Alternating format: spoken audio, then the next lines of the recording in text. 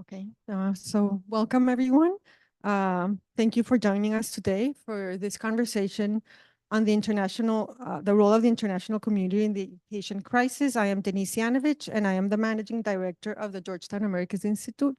As I was saying earlier, we have a lot of interest online for this event, so welcome to everyone who's joining us online. When it gets time for the Q&A session, we will take questions from the audience here, but also from the people online. If you just leave your questions, even as we're talking, in the YouTube comment section, we can then ask the panelists to answer your questions.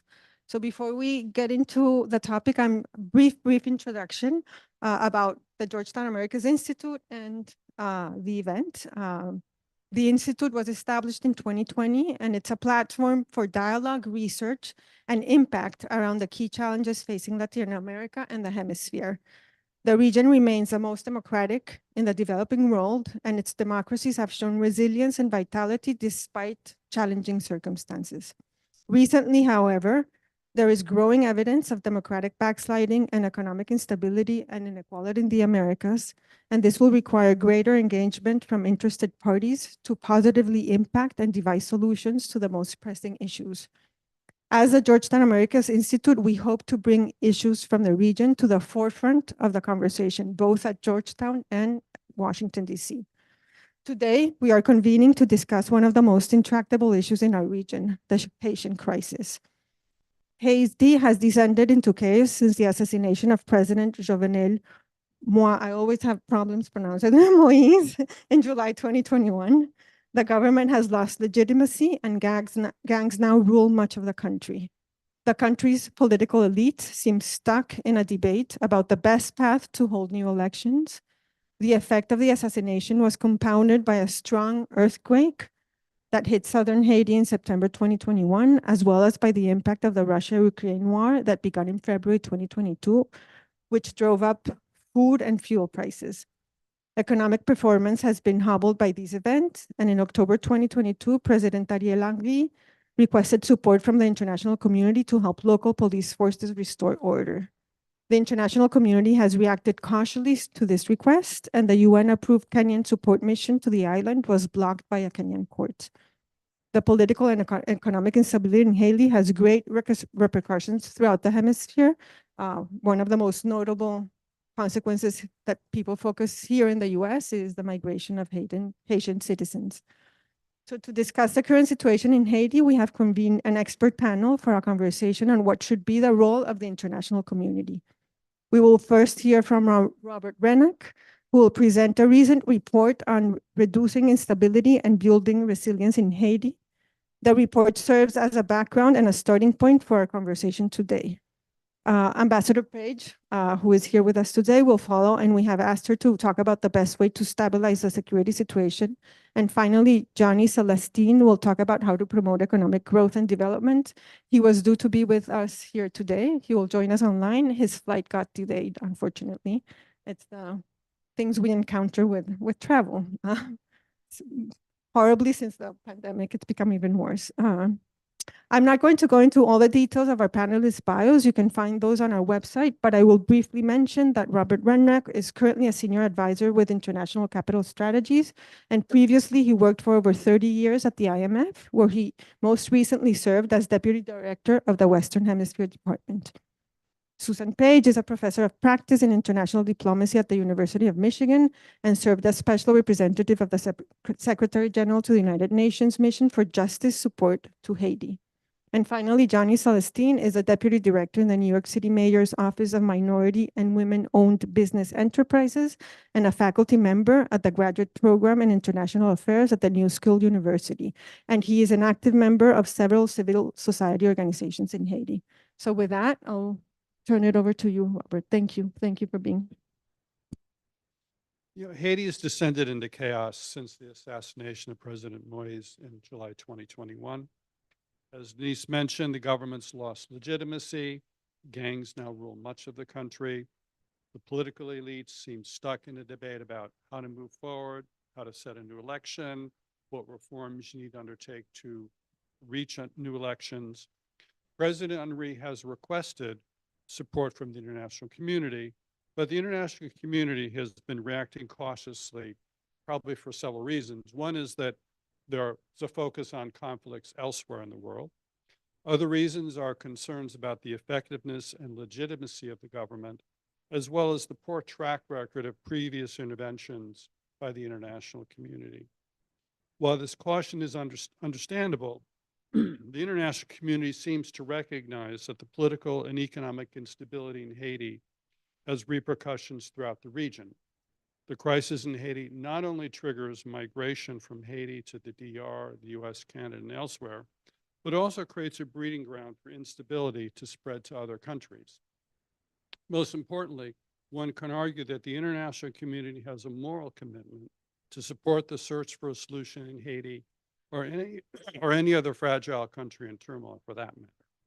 Fortunately, in October 2023, the UN authorized an international support mission for Haiti.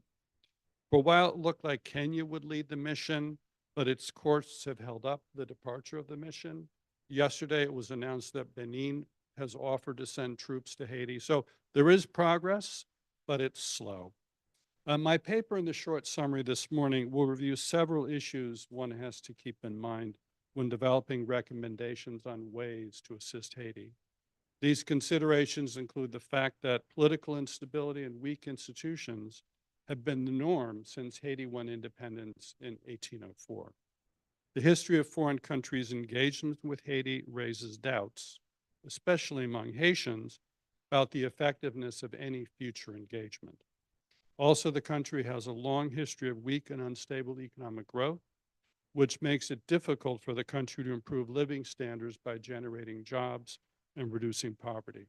In turn, this poor economic performance tends to perpetuate the instability and fragility of institutions.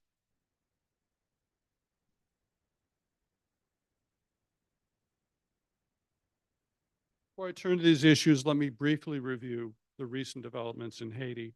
In the few years prior to the assassination, the presidency of Moise, who won the presidency in November 2016, but then had to wait to February 2017 to take office, was marked by frequent protests, often violent, strong criticism from the political opposition. The president's relations with Congress completely broke down in early 2020 when he dissolved the parliament and began to rule by decree. Following the assassination, the legitimacy of Henri's government was immediately challenged by the political opposition and many non-governmental organizations. After lengthy negotiations, an agreement was reached in December 2022 on a timetable and reforms that would pave the way to elections in February 2024. Henri was supposed to step down. It's still unclear whether and when the elections will be held. Henri is still in power. I think he recently said that we need to wait for the security situation to stabilize before elections can be held. In this power vacuum, gangs have taken over many parts of the country. The UN has estimated that 200 to 300 gangs operate in Haiti. Could be more, it's a hard number to estimate. Gangs control much of Port-au-Prince. They earn income from extortion, as well as control over customs, water, electricity, even bus services. In September 2023, the gangs even called for the overthrow of the Henri government. Now, while the government does suffer from a severe lack of legitimacy, it has been able to work with international financial institutions like the IMF and the World Bank and USAID to develop and implement policy frameworks, at least to try to keep the macroeconomic situation stable while the situation could be sorted out. Now, one of the issues that has to be thought about is the history of political instability and the legacy of weak institutions in Haiti. Since Haiti won independence in 1804, its political leadership has shifted between extended periods with one president, typically highly autocratic, interspersed with periods of frequent changes in leadership and the adoption of new constitutions. With this political history, Haiti's political and democratic institutions have not been able to develop as fully as in other countries with more stable political leadership. The long-serving presidents pushed through constitutions that made them, quote, presidents for life, gave broad powers to the executive branch, made the legislatures subservient to the executive branch, and allowed for vigorous repression of all political opposition. The periods of rapid succession in presidents also tended to preserve the strength of the executive branch. The military was the one institution that benefited from political leaders' desire to acquire and retain as much power as possible. These leaders built up the status of the military, which they needed to protect the executive branch from threats to power. Of course, with such a strong position, military leaders at times felt empowered to mount coups and otherwise challenge the civilian government. The autocratic governments also leaned on business elites for support. A World Bank study notes that the government granted statutory monopolies and exclusive operating rights in certain markets. A small number of families held import licenses, often exclusive rights to import many goods.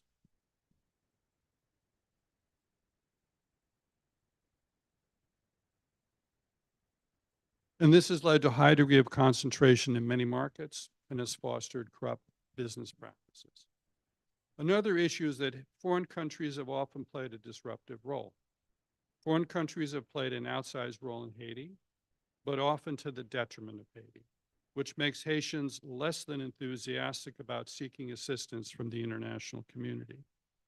While Haiti gained independence in 1804, France took until 1825 to formally recognize Haiti as an independent country, and at the price of a sizable indemnity, which was borrowed from French banks on exorbitant terms. Haiti was also forced to sell its exports to France at a sizable discount. These obligations meant that a sizable share of Haiti's tax revenues paid for debt service to France, dramatically reducing the public resources available for infrastructure, education, and other public goods. In 1914, the U.S. intervened in Haiti to take over the government, using the pretext of political instability, and a U.S.-led government remained in power until 1934. Later in the 20th century, the Cold War dictated U.S. policy towards Haiti, as the U.S. tolerated the Duvalier dictatorships from 1957 to 1986. The approach of the U.S. towards Haiti shifted to a more pro-democracy stance in the 1980s. The U.S. and the international community pressed for elections in 1990. They helped Aristide return to power in 1994, and then stepped in again in 2004 to support an election to replace Aristide. A more favorable example of international support for Haiti took place when the international community provided its support in the aftermath of the severe earthquakes that hit Haiti in January 2010. The international community provided significant new financing, as well as a lot of debt relief and technical assistance to support the government's reconstruction plan. This support aided Haiti's recovery in several ways, but reviews conducted by the World Bank, the UN, and USAID did recognize that the recovery was incomplete. Many Haitians still live in poverty, inequality is still high, and many people still lack access to basic services. Another issue is the history of poor economic growth. Since 1980, Haiti has grown by an average about 1% per year in real terms. This is much slower than in other fragile states, slower than in sub-Saharan Africa, and much slower than other countries in the Latin American Caribbean region. Weak employment conditions have contributed to this performance.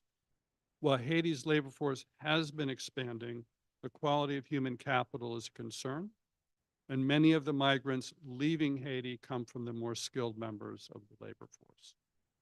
Another contributing factor has been the poor investment climate, which results from corruption, ineffective government, and Haiti's vulnerability to natural disasters.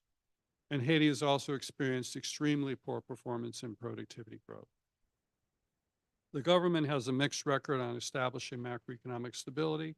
Inflation's been all over the map, been 5% a year for many years, and it's going through periods of being 20 to 25% a year. So there's a lot of instability. Haiti's legacy of weak institutions has handicapped public finances. The government's limited capacity to tax means that it doesn't have much revenue. Therefore, it has to constrain spending, which leads to underspending on infrastructure and on human capital. The weak institutional framework also undermines the strength of the external and financial sectors.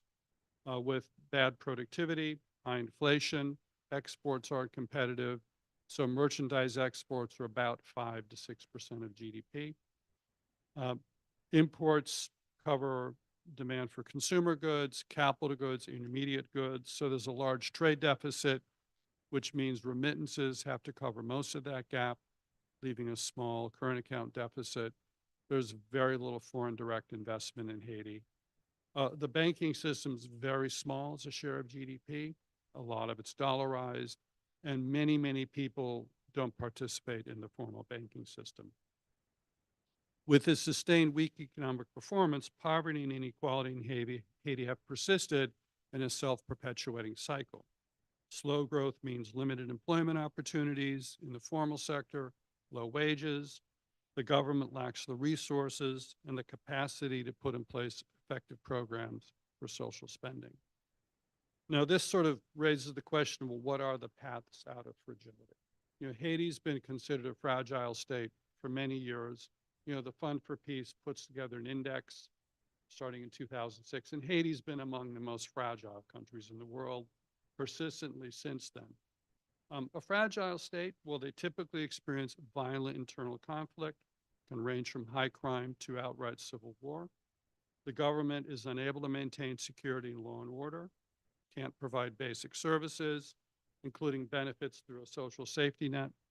Public institutions tend to be weak and corrupt and lack legitimacy. Fragile states are often fragmented as political and business elites and broader social groups fight for control. This political instability creates a climate of uncertainty and macroeconomic instability that undercuts investment and growth. And then with sluggish growth and a poor social safety net, poverty and inequality tend to rise, which keeps the cycle of instability going. Studies by the IMF, the World Bank, and the UN suggest there is a policy framework that countries can follow to build resilience. The framework centers on, first, stabilizing the political situation. That's critical. The countries that have begun to reduce their fragility and build resilience did reach a political settlement that resolved the internal conflict. It addressed the interests of the competing or previously underrepresented groups. This kind of a settlement is a precondition to allow the country to embark on a path of economic, social, and political recovery. While the international community can help, the impetus for a settlement must come from the key political actors in the country. Promoting economic growth is another important pillar. For Haiti, the path forward will be to create the conditions so you can have stronger growth, which allows for reductions in poverty. More people can participate. Studies have found that countries with low GDP, very slow growth, very weak unemployment opportunities, tend to have higher crime, more violence. They're more associated with civil wars. Another pillar is to strengthen the capacity and integrity of public institutions. Corruption and the breakdown in the effectiveness of public institutions are both a cause and a symptom of a fragile state. Government ministries lose their ability to function. The judicial system can't maintain law and order or enforce contracts. The legislative branch is usually deadlocked, ineffective. Now, restoring the quality of public institutions takes a lot of time. You can rely on technical institutions from other countries, from international institutions. It's also key to promote social inclusion. Fragile states tend to experience a breakdown of social cohesion that makes groups that perceive themselves as excluded more likely to resort to violence. So countries that want to build resilience really have to adopt policies to encourage participation of all groups in all aspects of society, particularly in the key decision-making institutions. In the paper, we highlight a couple of countries, Rwanda and Sierra Leone, that in the 1990s were an absolute mess, civil war, genocide, so they were at true rock bottom. They've made progress. if you look at the index compiled by the Fund for Peace, they have become much less fragile. They've become more resilient over 30 years.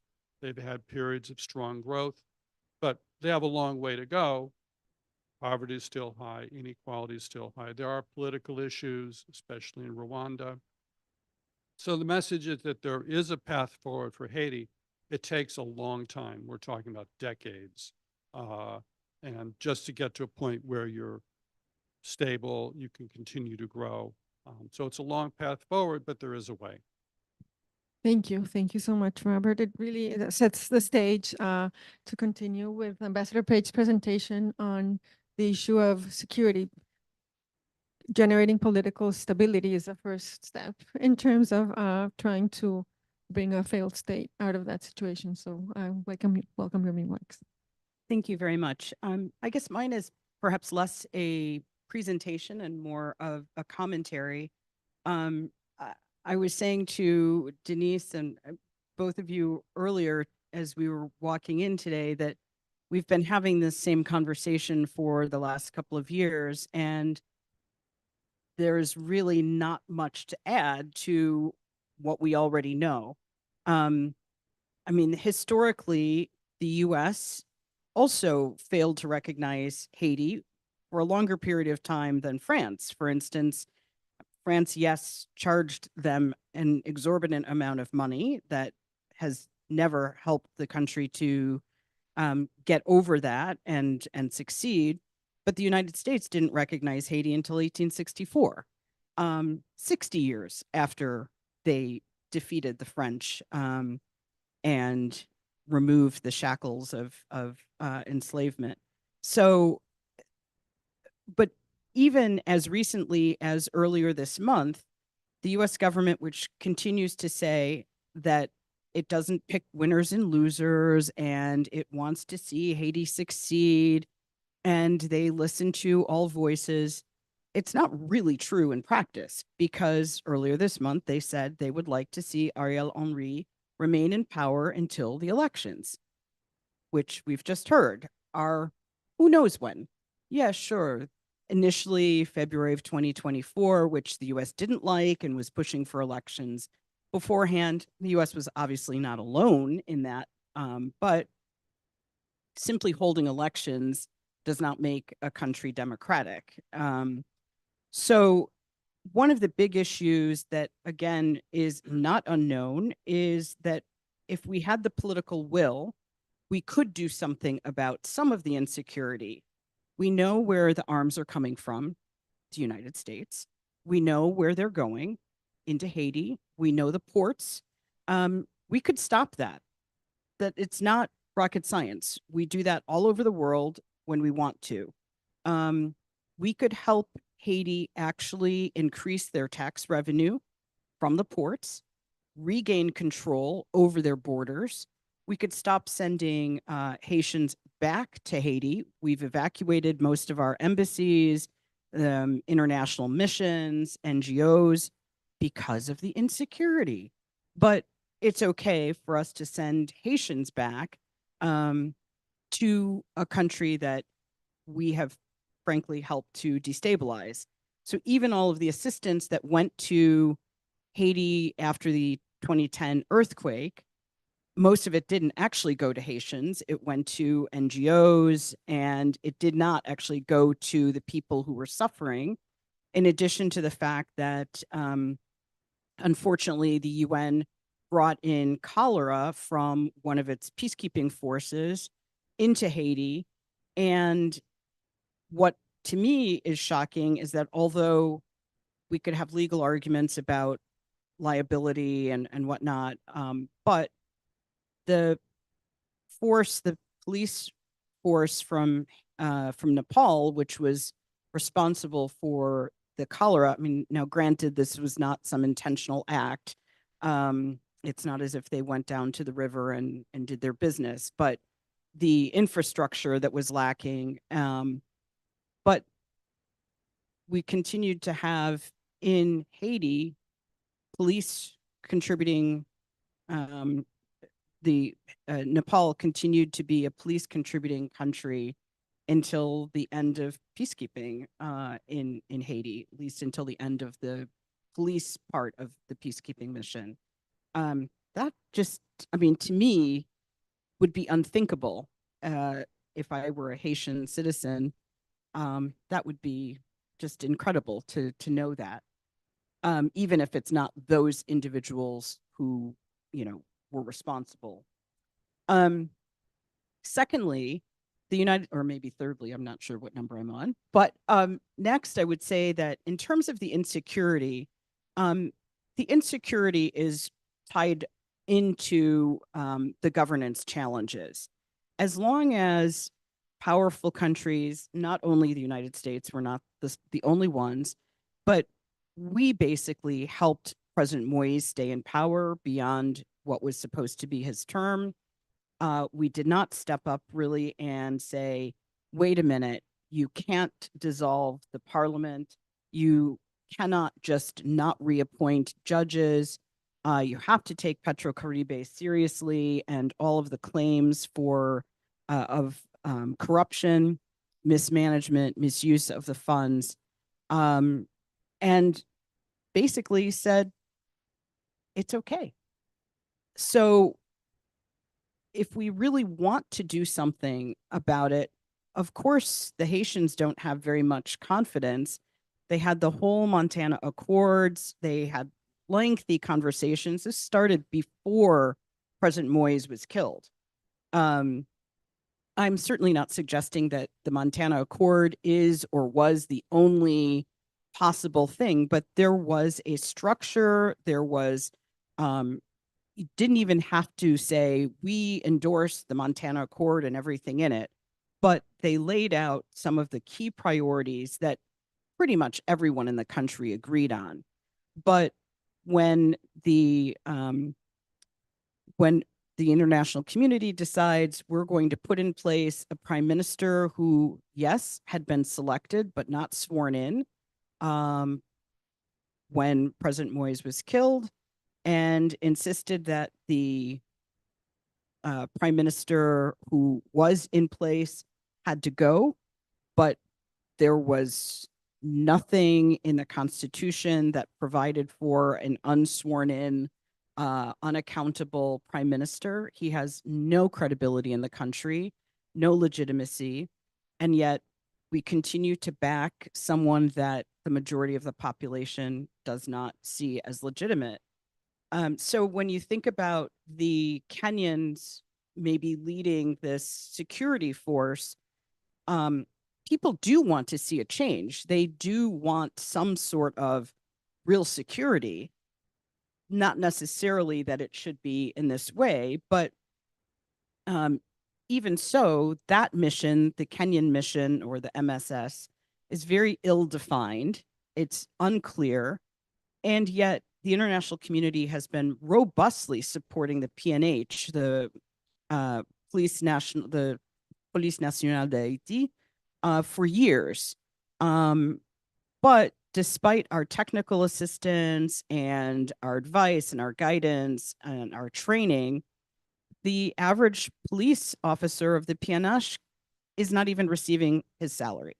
So, you know, as long as we are helping to undermine some of these institutions, but we could do more. We could do it the right way instead of just spending so much money on supporting the PNH, which is not a bad thing, but it has to be done with other real reforms and accountability measures. So I don't want to go on for too long, but it's very difficult to get economic growth when people are not able to even get to school, when they're kidnapped, when even in churches and people's homes, they're kidnapped, they're literally taken off of altars from serving in parishes and other church services. But there are some good people in the police forces. Not everyone is corrupt and bad, but as long as we continue to provide support for those who are sort of on the margins and who don't have a lot of legitimacy or credibility, it's very hard to see how big changes can really be made. So I would say that some of the things that can be done, we have the Global Magnitsky Act for human rights abusers, police officers who have been accused of violations, other officials who've been accused of interactions with, I'm not sure that gangs is really the right term, but who clearly have relationships with them. There could be a lot more done to hold them accountable. And even the prime minister has very serious accusations against him for having possibly participated in President Moïse's assassination. So it just doesn't look very good from the perspective of other foreigners or of Haitians that this is what the United States is supporting, while simultaneously calling for free and fair elections and democracy. So I'll stop there. Thank you. Thank you so much. Now we will turn to our virtual panelists. To talk about the economy, and then we'll turn to Q&A.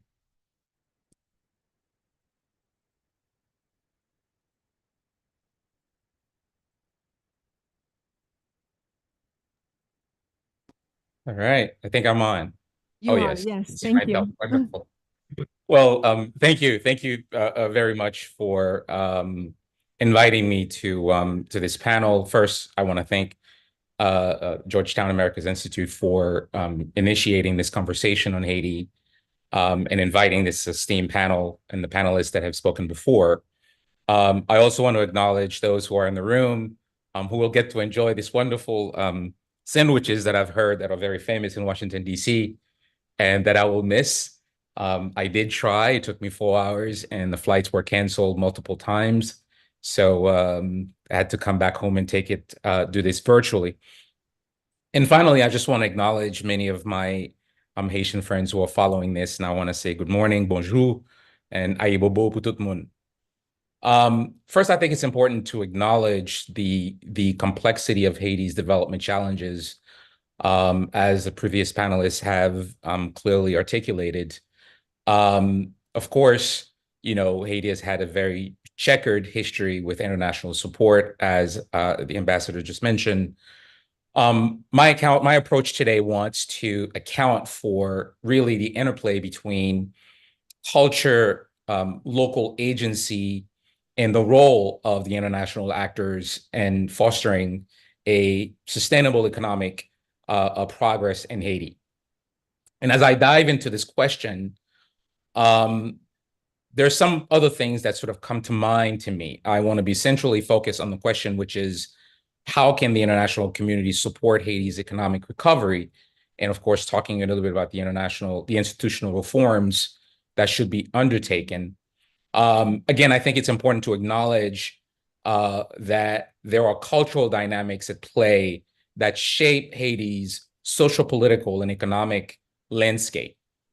And often the trap that we could fall into is believing that there is this sort of normative process, institutional reforms that can be undertaken that can then help Haiti move from where it is to a more sort of stable environment. But I believe that this sort of normative processes, which, as one who studies international affairs, often overlook the significance of cultural nuances, and particularly those nuances hinder effective economic development strategies. So at least I think it's important to sort of step back a little bit. From the top, I want to say that I never think of Haiti as a place that doesn't have sufficient financial resources, at least not until I understand how we make efficient use of the resources that we currently have.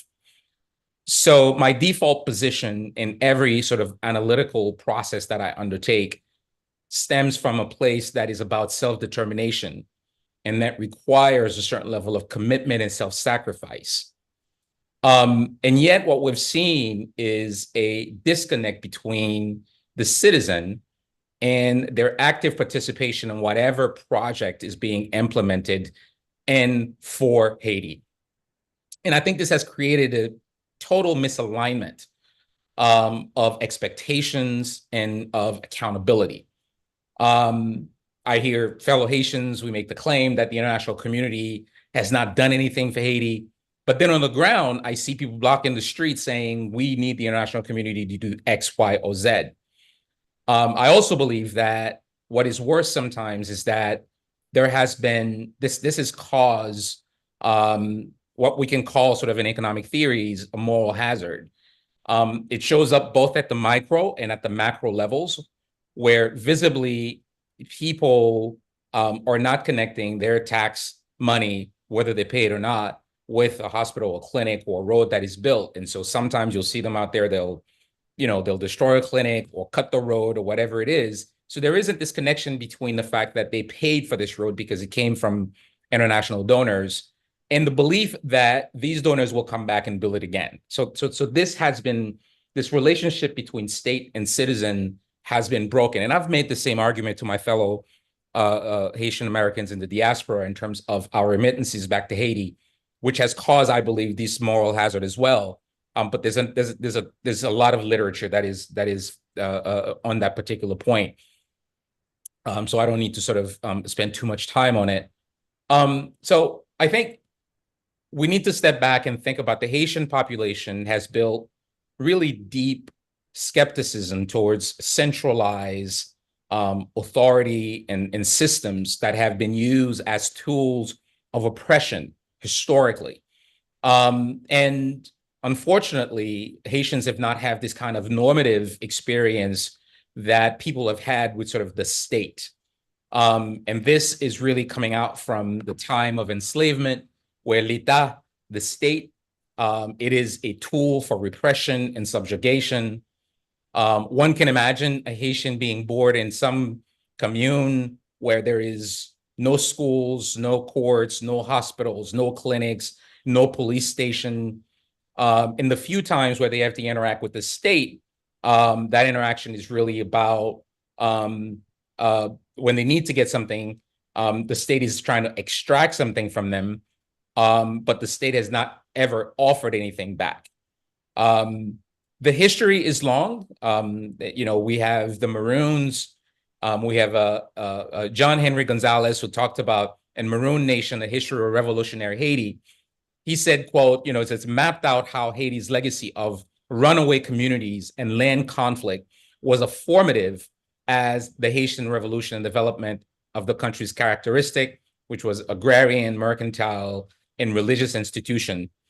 Gerard Barthélemy and his book Le Pays en dehors documented the sort of insider-outsider experience that most Haitians have living in, especially those living in rural communities. So this is really sort of the frame that one has to have when one is thinking about economic development in Haiti. It's truly deeply embedded in the Haitian psyche and the concept of, the corvée, the forced labor. And again, it's really something that came from sort of the enslavement time where people essentially wanted to run away from the states, whether it was forced labor post-independence, where Dessalines or Christophe tried to reinstitute the corvée institution, or when we talk about the U.S. occupation, which also reinstated the corvée system in road building in the concept of conscription. So it's important to understand all of that. So what's the challenge? For me, it is how do we move beyond the sort of the normative models of development strategies?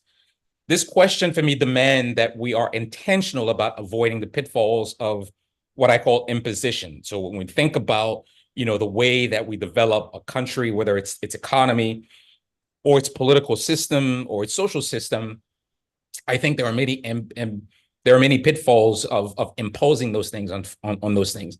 So I think often about the human body, where when a foreign body enters into your body, there's the foreign body effect, right? Imposing an external model without considering the local context can trigger resistance, will trigger resistance, and indeed impede progress.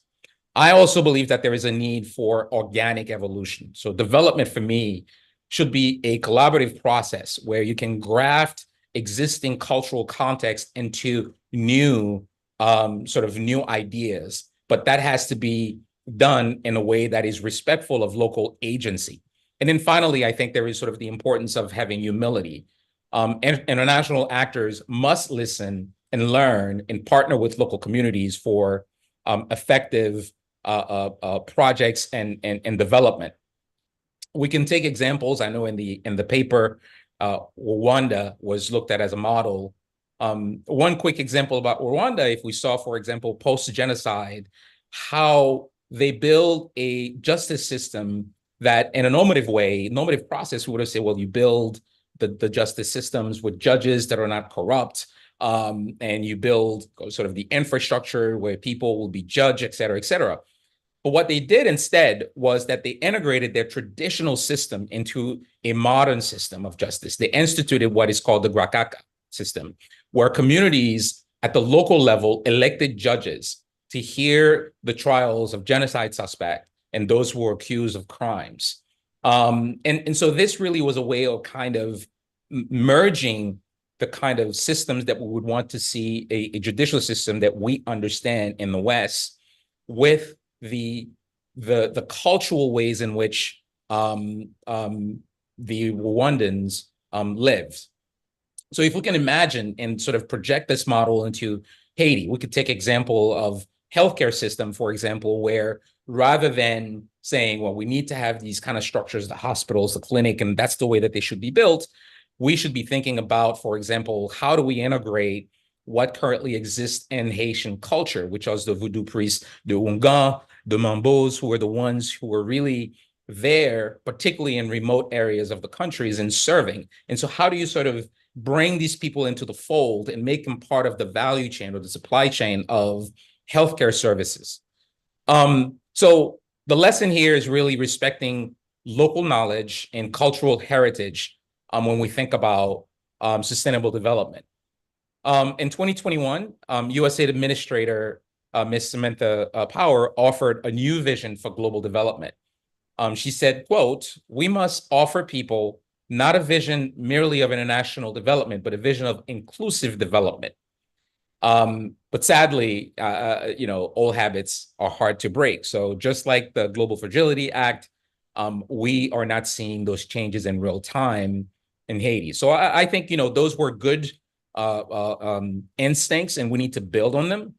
So what does that mean? Building on them, for me, for example, could be, if you think about Haiti as a place that has 10 departments, 42 arrondissements, 42 community, 42 arrondissements, and 150 plus communes, I would flip the thing on its head. So rather than have sort of development coming from the top, I think using the community as the source of ideas and of creativity is the place to start if we're thinking about economic development.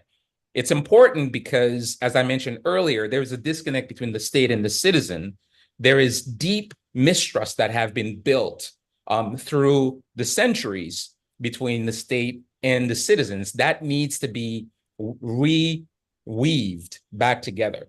So my proposal really is to think about a different model that could build on what USAID is thinking about, which is to work with local communities and getting them to participate in the mission, make aid more accessible, shift the way in which they fund, as opposed to sort of the Beltway bandits, but really funding locally with local partners.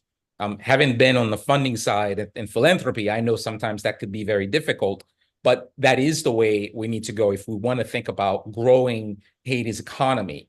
And so for me, the one proposal I have is to think about, either you could have sort of these foundations that you put at the departmental level, 10 of them, or 42 of them. That would be 42 community foundation, for example, depending on the level of granularity that we want to get to.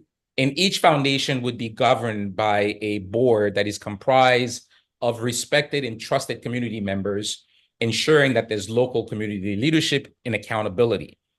One can imagine these foundations being seeded. So instead of sort of, $100 million to whatever,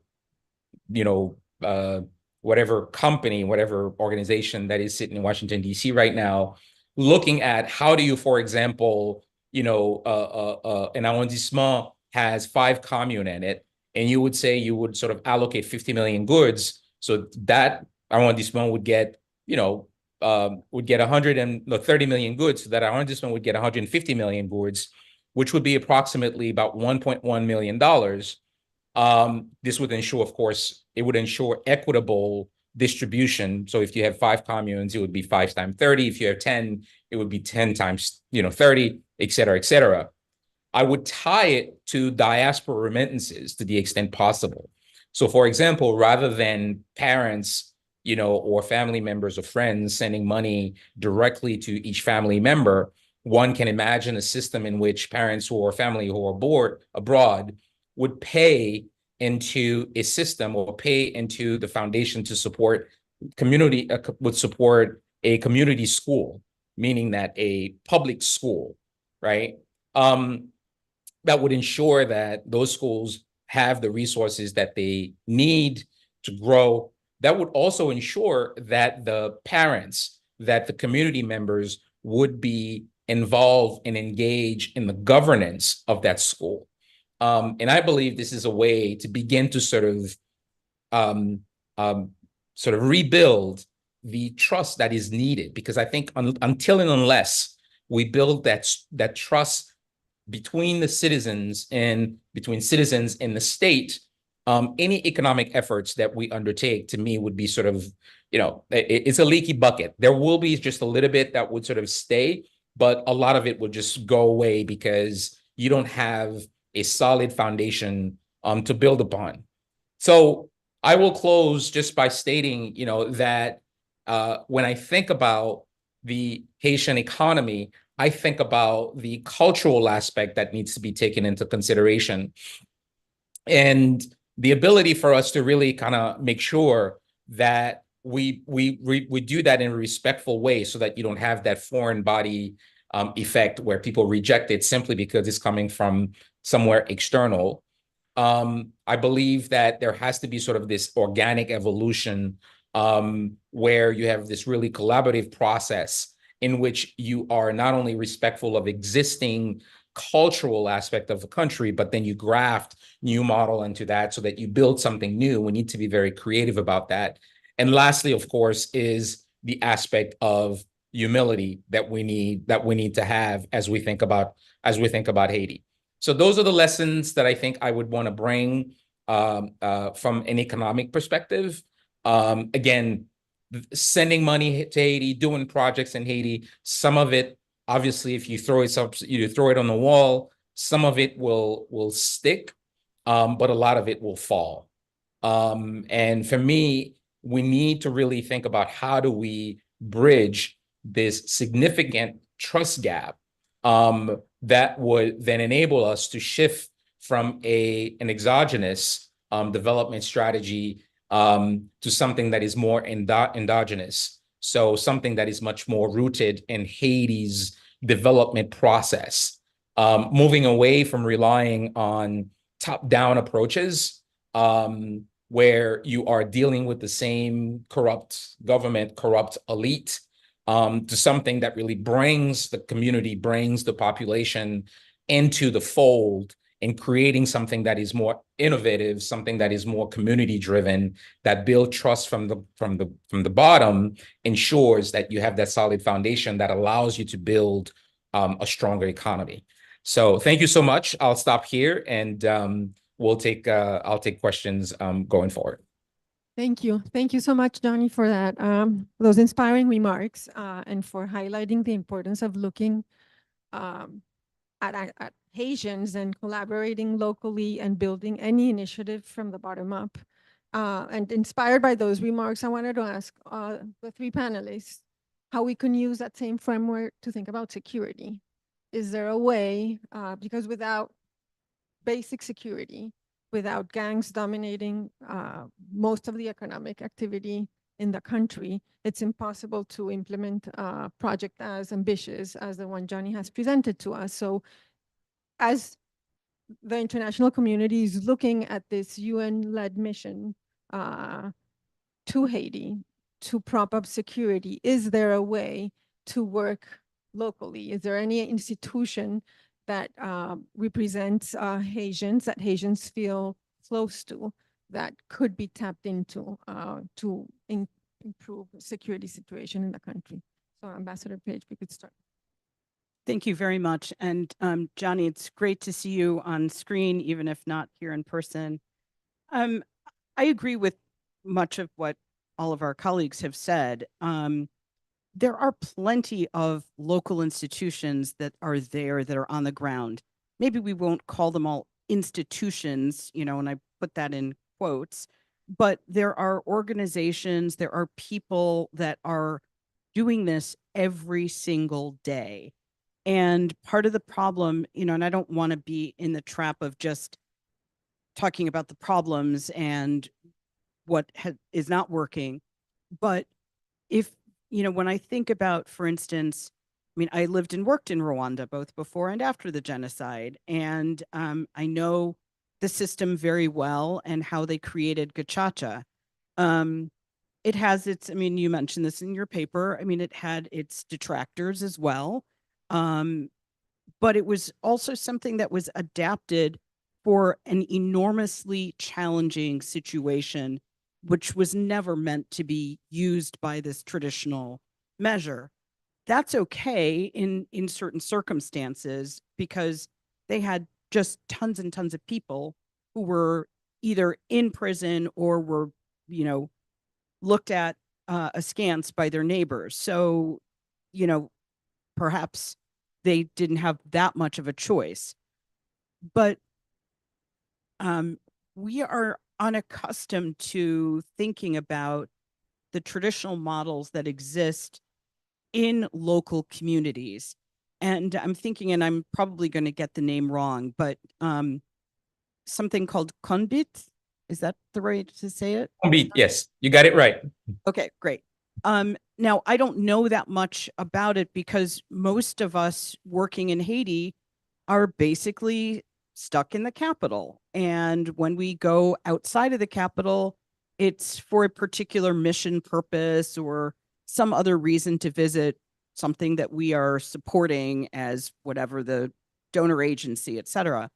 But these are communities that started really with agriculture. And you think of Swahili language and Harambe and Konbit. These are all things that are communities working in cooperation to achieve a particular objective.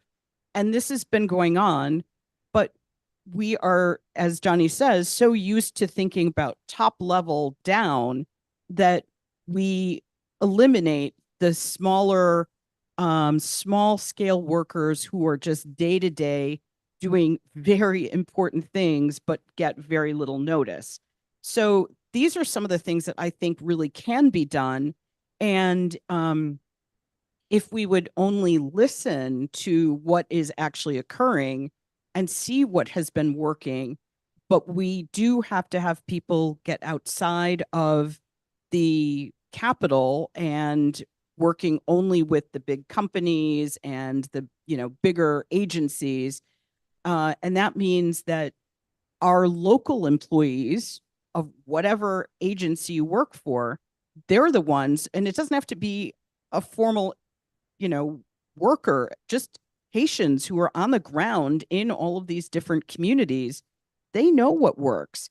And even when you think about a Rwanda, we don't like to talk about it very often, but they had a very respected system of government and governance aid, receiving assistance and doing a good job with managing it, even if we don't like that past government for being as we shouldn't, but you know, as a government that was abusive and genocidal. But there was already infrastructure. That's what we have to do, I think, in Haiti. So even if the Kenyans or other troops are going to come on the ground, I don't know how it's going to work, even if the Kenyan police force had the best reputation. They don't speak Creole. They don't speak French. Not a lot of PNH speak English. I don't know any that speak Swahili. or any of the other Kenyan languages. I don't know how that's going to work, but if people are not looking to rural communities, which is the bulk of life in Haiti, we'll be stuck in this pattern going round and round. Thank you so much, Robert. I don't know if you have things to add. Security measures, but I want to touch on a few points raised by Johnny and by Ambassador Page. One is the need for humility. You know, I've worked throughout Latin America, English-speaking Caribbean, and I go to Mexico and Colombia, know to talk to him, pretty quickly get a sense for what's going on behind the numbers, behind the talk you get from the government. I've been to Haiti a bit. Haiti is a very complex country, super impenetrable for somebody like me. And, you know, we need to be super careful about interpreting events in Haiti and who we talk to and knowing what's going on. If you just look at the assassination of President Moise, who was involved? President's wife was just indicted. That I don't know what's going on there. Who's linked to the gangs? You hear all sorts of rumors. You don't really know the web of relationship. So someone like me from Washington, D.C., trying to help Haiti would need to be super humble about what I know and be aware that I don't know a lot. And then Johnny's idea of looking to local communities as a fountain of ideas. It's a really good idea because the top-down approach doesn't work. But I know how these agencies work, the IMF, World Bank. It's top-down. We have a template. There's a policy line. You know, if you're giving advice on tax administration, this is what we do. Bank supervision, that's what we do. And if you say, well, there's this little community in Haiti that say, well, let's try it this way. It's like, it's a revolution. But it's a revolution, I think, a good idea because the top-down approach hasn't been super effective in Haiti. And we should probably listen to people outside of the main central government and maybe try to understand things a bit better. So I think what Johnny's proposing is a very good idea. It's revolutionary. Having worked in the IMF for many years, maybe the State Department as well, things don't bubble up from the bottom up and be, oh, that's a wonderful idea. Let's do it. It should work that way more, but it doesn't, and that's unfortunate. Thank you. And I also want to give you, Johnny, the opportunity to react to my Sure. question and the comment. Sure. And Robert, I mean, I was born and raised in Haiti, and I got to tell you, I did not begin to understand what Haiti was like until I went back to Haiti after 2010. And I spent 10 years in Haiti, working in rural communities. I was in the Ministry of Planning. And so that required that I traveled throughout the country. And then I went to work for the Haitian Center for Leadership and Excellence, CLE, that allowed me to go and meet with a lot of young people across the country. And so that really I listened a lot more than I talked. And that allowed me to really learn quite a bit. And I believe I have a lot more to learn because Haiti is a really complex society. That say, on the security question, I've written a couple of papers that have been published on Aibo Post as editorials. One of them was the 5 strategies that I proposed, but I sort of reorganized it in a little bit. And the last one that I wrote on this particular subject is called Trois Roches du Feu, so the three stones, which include the economy and security. And as it relates to as 2 of the pillars, as it relates to the security, and this might maybe help a little bit, Ambassador, in terms of the question you have about the Kenyan. I've come to the conclusion that from listening to all the parties, right? If you listen to all the parties, whether they are in the opposition or whether they are in the government, they are actually saying, we need help. We just don't trust this guy to be the one that define what help and when it comes, right? So if you think about what the opposition is saying right now, it's like, well, we can't have the transition with Henry. We need to be in a new governance, another 2-year transition so that we can prepare for the election, right? So essentially, at the end of the day, it's about a mistrust across all those different sectors. Everybody also agrees that, and I don't have sufficient information to disagree with them, but everybody says that the Haitian National Police needs help. And you're right, Ambassador, folks are not getting paid, and shame on us Haitians, right? When people blame the international community for that, I say, well, again, remember earlier I said, I believe in self-determination. there has to be a point at which we are accountable for what happens to Haiti. The fact that just last week, Haiti just paid 500, and it's a great deal. I'm not discounting it as a bad thing, right? Because it's the $3.2 billion that we owed. We were able to kind of close that, by paying $500 million. It's a great thing. But what it shows is that we were able to find $500 million. Imagine if we were to mobilize $200 million. We don't need the US to fund it. We don't need France to fund it. If we Haitian wanted to do it, we have the resources to do it. This is why I don't think that we have a problem with resources. We have a political will challenge.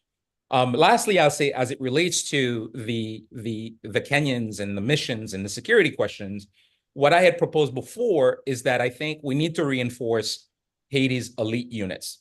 I fundamentally believe any fight for security for Haiti has to be fought by Haitians. Otherwise, it is not going anywhere. And so the way in which we can do that is to ensure that our elite units we have more of them, they're well-equipped, well-trained, and take that fight. I believe that we need community policing. The way to do that is to ensure that those who are not in the elite units, so the ones who wear the blue pants and the cream shirts, right? The regular police, is that we begin to put police back into the communities, to open the police stations and have them back in the community, so that if you go into a place where you fight the gangs, and I believe we can win that, you remove them, you can't leave a vacuum, right? The police has to step in and ensure that people are protected, so that then they can maybe tell you where gang members are, et cetera, et cetera. And the last thing that I had proposed was to, and again, I know the challenge of mistrust that exists is what happens if you do this, is to mobilize and nationalize the private security. There are about 75,000 people who had been trained as security guards, who are serving right now and protecting everything from businesses to schools to churches to everything. These folks need to be mobilized, not to go fight gangs, but to serve as sort of the third layer of a security apparatus that we're going to have to protect the country.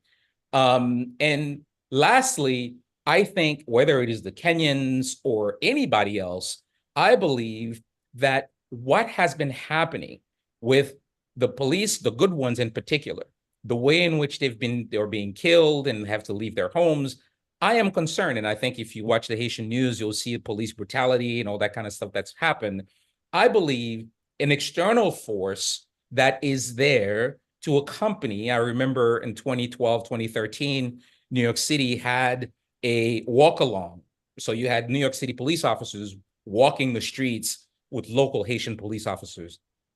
That gives some balance that this police officer, the Haitian police officer, is not going to just, beat somebody up because they thought that they were either in a gang or supported a gangs.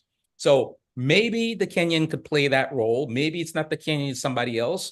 But I think we can agree that at least the folks who are on either side of the argument have all made the same statements, which is the Haitian police needs help.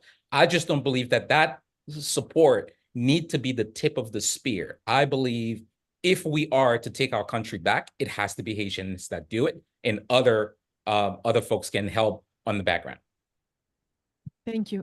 So as I mentioned earlier, if you're watching online, please submit questions. I know there are already some questions there, but first, if there's questions in the room, we can take them and then we can read the ones that have been submitted online. Is there any questions here? Yeah. Please use a microphone so that people online can follow.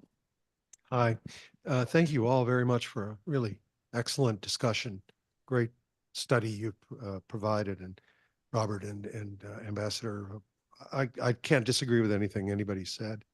My name is Charles Scuba. I'm a professor in the business school in international business here. And at one point, 20 years ago, I worked with Caribbean Central American Action. And I have two questions. I led two delegations to Haiti that were USAID funded. One to try to get textile companies, apparel companies from the United States to reopen or do more contract manufacturing there after the factories had been burned down, after the Aristide rain, and another was with U.S. shipping companies to try to make sure that Haiti and Port-au-Prince and the other ports in Haiti would comply with International Maritime Organization security requirements and that there could be an economy. My two questions are, one, when I remember at the start of this work, I was advised, don't waste your time with Haiti, you'll break your pick. By breaking your pick, you use the word intractable problems. And I worry that maybe the international problem is not a problem of lack of humility, which has been a problem at multiple times, but rather one of cynicism of, oh, it's an intractable problem. And the other question I have, which is particularly directed at you, Ambassador, is I'm curious about the Montana Accord and, what was the status of that? 2021, that was a Haitian-led solution, which to Johnny's point about, it has to be local. What is the status of that and what is the future of that?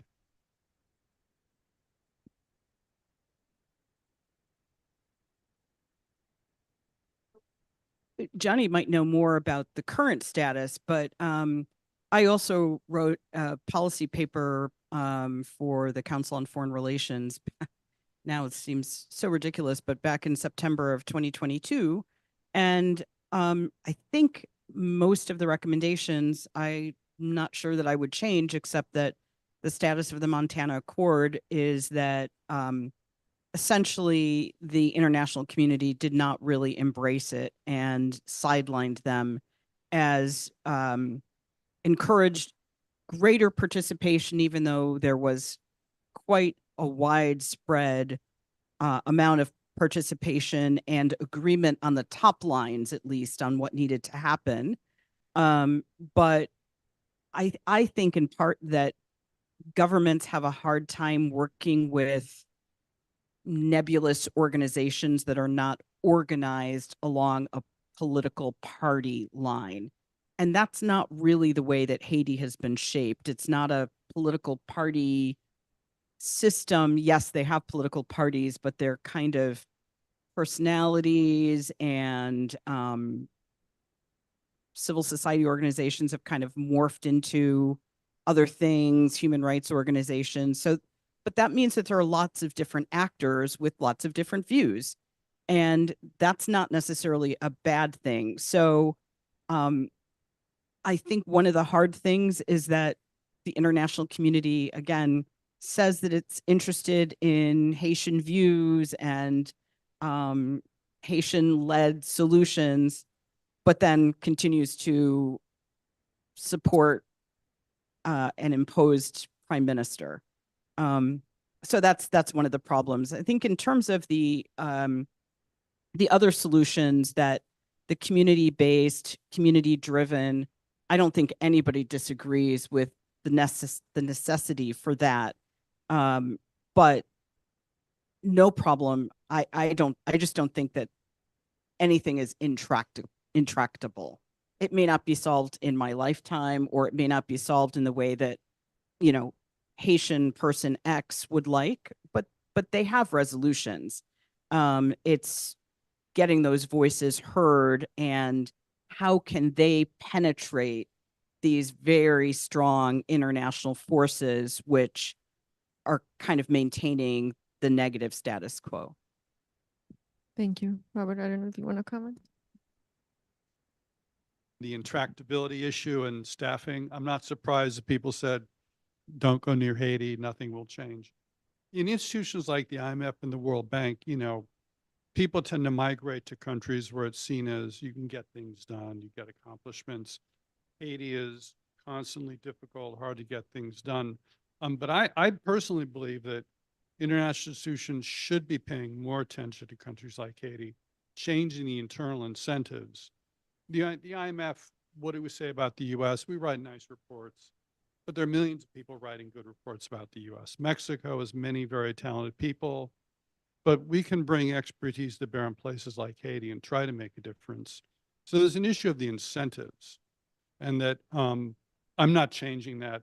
How that will change, I'm not predicting a change, but it will be nice if the incentives change so that, yeah, Haiti's intractable, but boy, this is where we can make a difference. So let's put good people on it. Let's keep them there. Let's listen from the bottom up. But the intractability is a big issue, and you get phone calls like that saying, well, is it good for your career? Yeah, it should be good for your career. That's what I firmly believe. Thank you, Johnny. I don't know if you want to. Sure. Very quickly. I mean, I think, Robert, I agree with the latter part of what you said. However, I think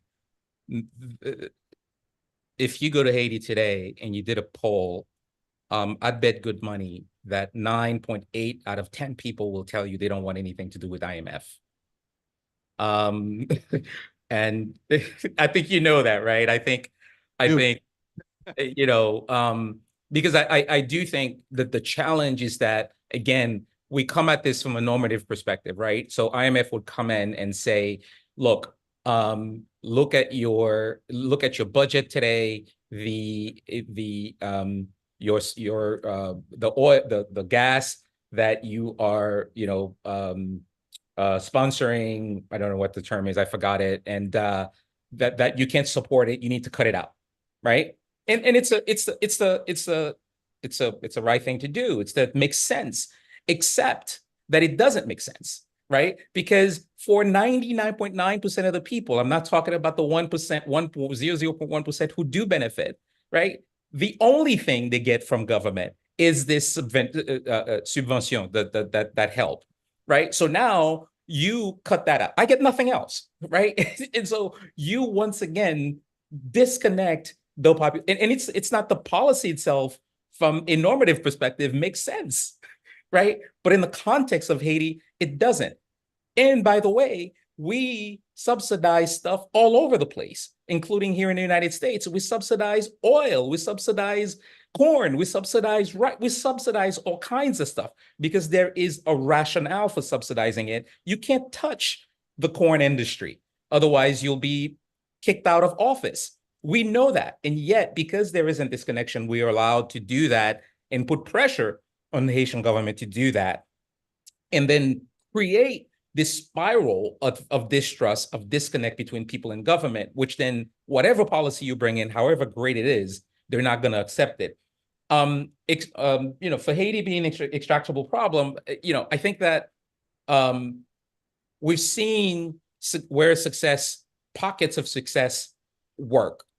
I think the idea is we need to flip the models on their heads. And I think Haiti has always been a place that has gone against the norm, what people expected a place like Haiti to do. I think for your career, for most people's career, Haiti is a great place to go because the learning that you get from Haiti, for some reason, I don't know, but seriously, I think that there is something on the land, there is something in the people that once you've gone, it's like being in New York, if you've made it there, you'll make it anywhere.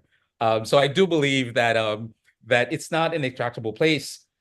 We just have to recognize that the people have ideas, they have opinions. There's a way to get things done in Haiti, going through to the same people, the same families, the same government people, who, by the way, they also recycling.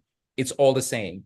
And the last thing I'll say is about the Montana Accord. I mean, I think, I've been a very big supporter of the Montana Accord. I won't sort of talk about some of the issues that I've had with the implementations, but from what I've said before here, I think you'll get a sense of what my challenge might be with them, which is, I think that a lot of stuff happened in Port-au-Prince.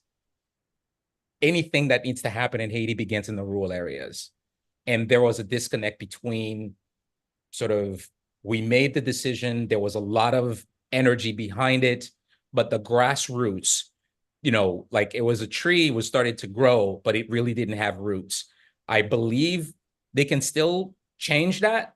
Whether they will or not, I don't know, but I think that's one of the maybe mistakes that they made, but they really came out with something that I believe was innovative in terms of how one approach very difficult political challenges. And I wish it went further.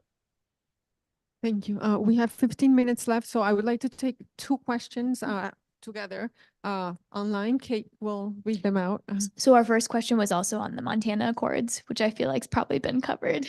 And then our second question says, Haiti will need strong support from international community, which also needs Haiti as a light manufacturing hub for nearshoring. So what can be done to influence decision makers in DC and in EU countries? If there's a question in the room, yeah, we could take that and then wrap it up with the answers to both those questions.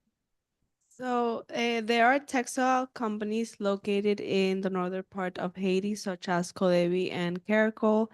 Codevi employs over 17,000 Haitians, and there are bills such as the Hope Help that are in current renewal process that support these companies to allow tax-free imports to the U.S. What can be done to convince the IMF that it is wrong to decrease from 15 to 3 or 5 years the tax break to new free zone industries in Haiti when all countries in the region have more than 15 to 20 years? And what other suggestions do you have for the survival of these corporations that help the Haitian population? Thank you. So we'll wrap Vivian up with your answers to these important questions. Well, I'll just be very brief because the economy is definitely not my thing. But there are, I really do think textiles is one of the ways that could really be useful and helpful for Haitians.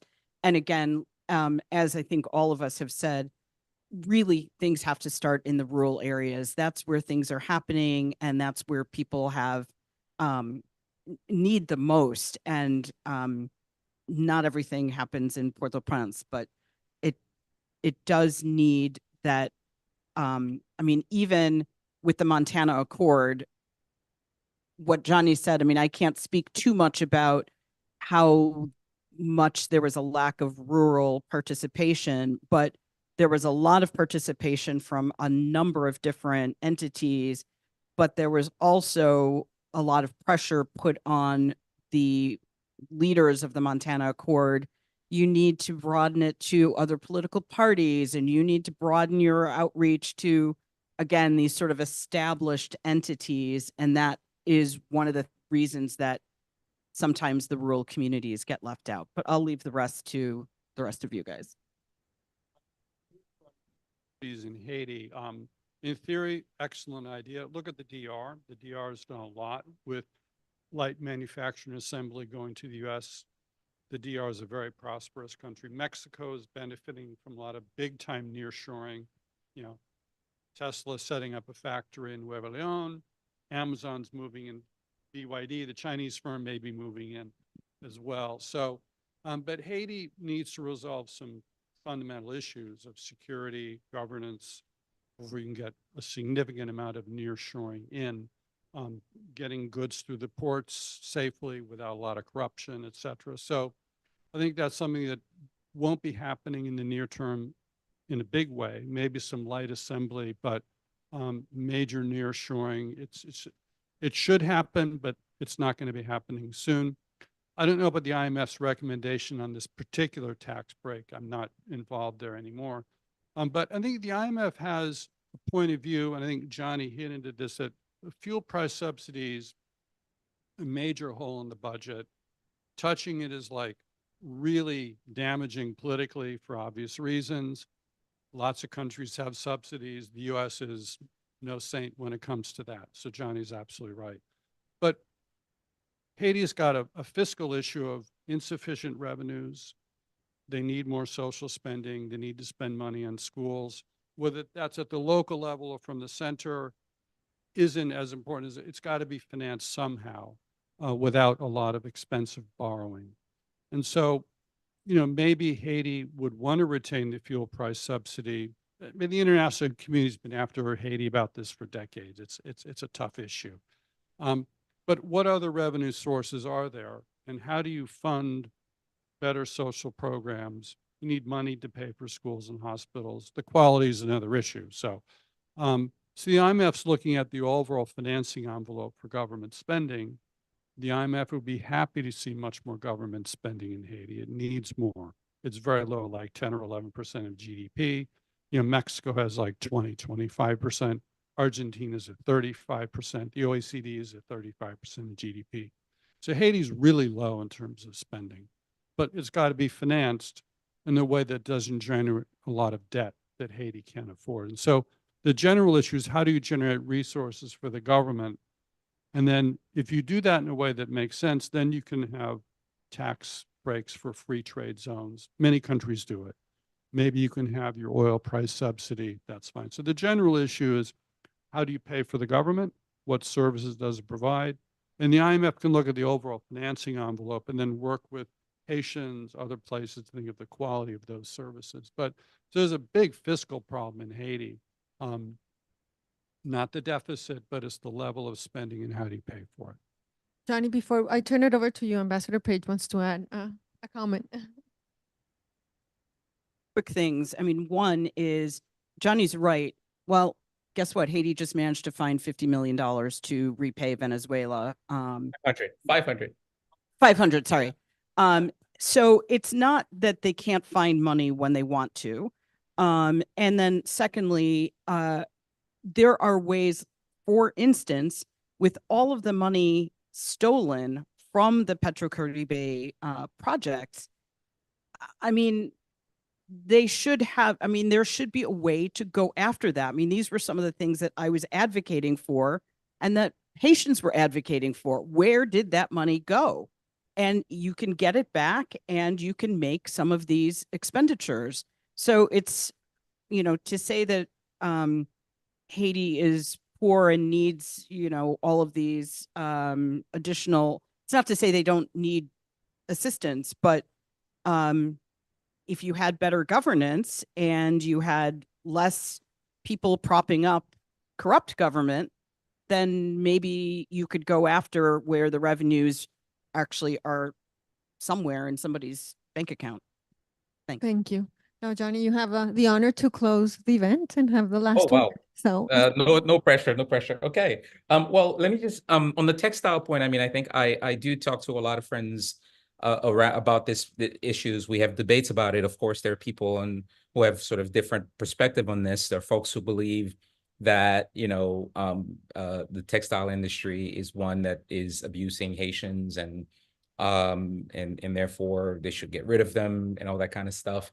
I'm of the view that as I look at, sort of how countries that are similar to Haiti have grown, the textile industry has been a sector that is sort of a start of industrialization. So when you begin to sort of a cluster of businesses that are doing textile, having the infrastructure to support that can begin to extend to other type, right, beyond sort of light manufacturing to technology and other things like we try to do with laptops at some point. On the money point, I think that, Ambassador, you're correct in terms of the resources that Haiti has. In the priority order, I think, we have $500 million from last studies that go through the border with the Dominican Republic that we're not collecting, right? And that's money that I don't need to go to court with anybody to try to get that money back. It's money that should be collected by the government on an annual basis. Even if I wasn't getting the full 500, even if I were to hire a private company and I paid them $100 million so that I can get 4, right? I think it's worth the value. I will close to say that I have a perspective that when I take all of these issues that Haiti face and I put it all in sort of a larger bucket, I talk about what I call the SEE: security, economy, and education. So if I were to be advising anybody on policies in Haiti, those are the 3 areas that I would focus on. You can't do anything if you don't have security. You can dream of all kinds of great policies and have all kinds of great ideas for healthcare, for education, for road transportation. We're not going to reinvent the world. If you don't have security, which then, talk about governance, then you're not going to go anywhere. The economy, everywhere in the world that I see, even in places where sometimes you might have autocratic leaders, if the economy is doing well, people will give them a pass. I'm not suggesting that we need an autocratic leader. I'm simply saying that people give priority to having an economy that works. And once that economy works, then they can begin to think about other things. So security, economy, and the third would be education, only because in the Haitian imaginary, this is the way to transform their lives and the lives of their children, to give them a better future. So Haitians will sacrifice just about anything for their children to have a good education. We know today 80% of the educations is provided by private schools that are subpar, right? And so I'm a strong proponent for public education in the sense that we need to be able to control that, and people are paying for it anyways. So it's not like it needs to come from government. It should come from government because it is in the Constitution that Haiti's government should provide education and healthcare and housing to its population. But the reality is it is not, and it cannot with the resources that it has. And the fact that people are willing to pay for it, let's make sure that they get value for what they're paying for. So I will stop there. And I think that there's a lot of great ways to engage in Haiti, but the first is to have this kind of conversation. So I really appreciated the opportunity to be on the panel. Thank you. Thank you so much. Thank you everyone for joining us. For people in the room, we have wonderful sandwiches, chips, and my favorite brownies. And then for those that joined online, thank you. Thank you for following the event online.